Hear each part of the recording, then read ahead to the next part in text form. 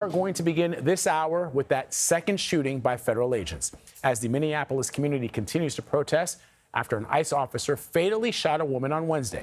Border Patrol agents shot two people last night in Portland. They were wounded and taken to the hospital. The circumstances are unclear and their conditions are unknown. CBS News Gwen Baumgardner has the latest from Portland. Violence in our community is devastating. These are not statistics. These are human beings. Local officials in Portland held a news conference Thursday evening to address the community following a shooting involving federal Border Patrol agents. It looks like Kohler saying that he was shot twice by ICE and his wife was shot as well. The Department of Homeland Security posted this message on X saying that U.S. Border Patrol agents were conducting a targeted vehicle stop involving suspected Venezuelan members of the Tren de Aragua gang. Agents say when they told the two people who they were, the driver tried to run them over with his car, leading the agent, who feared for his life and safety, to fire a defensive shot. According to DHS, the two then fled the scene. The victims called 911 and were found more than 2 miles from where the incident happened and were taken to the hospital. They have a male who was shot twice in the arm and his wife who was shot in the chest. Officials say while there are still a lot of questions surrounding the incident, they're asking the community to remain calm after many residents took to the streets overnight in protest. The uncertainty and the fear and the sadness within our community is real. I recognize that. Our members recognize that, and we are doing everything in our power to maintain that level of peace and calm and safety.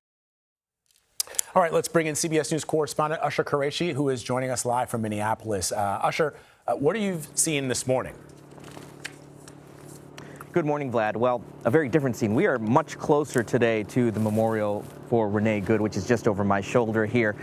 Yesterday all day, we saw people who were packed in this area along this boulevard. The intersection was completely closed off yesterday. This morning when we arrived, police were here, city workers were here. They removed about 15 tons of debris from the area that was blocking off this intersection to allow for pedestrians to come and pay their respects. It is now open. Traffic is flowing.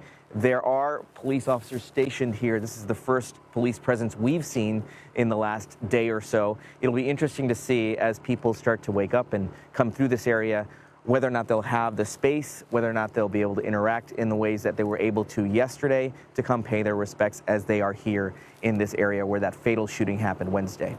So, Usher, help our audience understand what the governor of Minnesota has told reporters, and the mayor also of Minneapolis expressing their dismay at the fact that the federal government is going to actively withhold information with regards to the investigation. Explain what's going on there, and is there any recourse for state officials?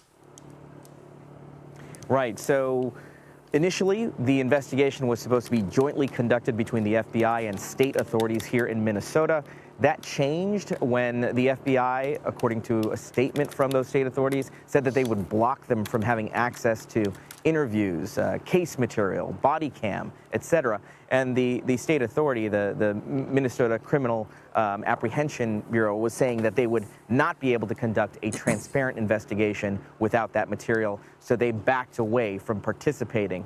Now, this time, as you mentioned, the governor has said that they want access. They want to be part of this investigation. They may take legal recourse to try and get access so that Minnesotans feel comfortable that this investigation is being handled with transparency and that Minnesotans are satisfied with the outcome of whatever they do find.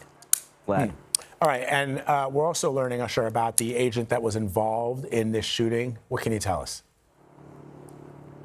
Right, that is true.